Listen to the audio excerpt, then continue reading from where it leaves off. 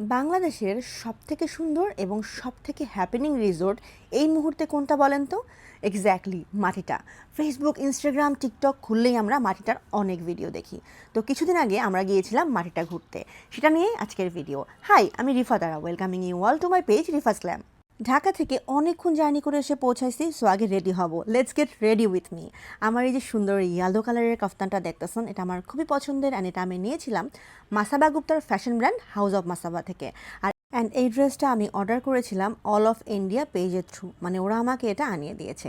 And have a look, they are my tour mats. And আমি খুবই confuse ছিলাম কানের দুল নিয়ে অ্যাজ ইউজুয়াল, অ্যান্ড ওদেরকে জিজ্ঞেস করে একটা কানের দুল পরে ফেললাম। এরপর আমি লিপস্টিক দেবো অ্যান্ড একটা সানগ্লাস পরে নিব। সো এই তো আমি একদম রেডি হয়ে গেলাম মাটিটা ঘুরে দেখার জন্য এবং আপনাদের ঘুরে দেখানোর জন্য। মাটিটার রুমগুলো হচ্ছে ইকো ফ্রেন্ডলি রুম। ঘুরতে এসে যে আপনাকে রুম বা কটেজ নিতেই হবে এমন কিন্তু না, এখানে কিন্তু ডে ট্রিপেরও ব্যবস্থা আছে। অ্যান্ড শুরুতে যারা ভাবছিলেন যে রিফাতারাকে ঘোড়া কামড় দিছে, ভালো হয়েছে, ঢং করে ঘোড়ারা তো কাছে গেছে কেন, এমন কিছুই কিন্তু না। এই ঘোড়াগুলো একদম নিজের মতো করে ঘুরে ফিরে বেড়ায়, ওরা খুবই ফ্রেন্ডলি। ও জাস্ট পিছনে একটু নাকটা ঘুরাইছিল, এটাই।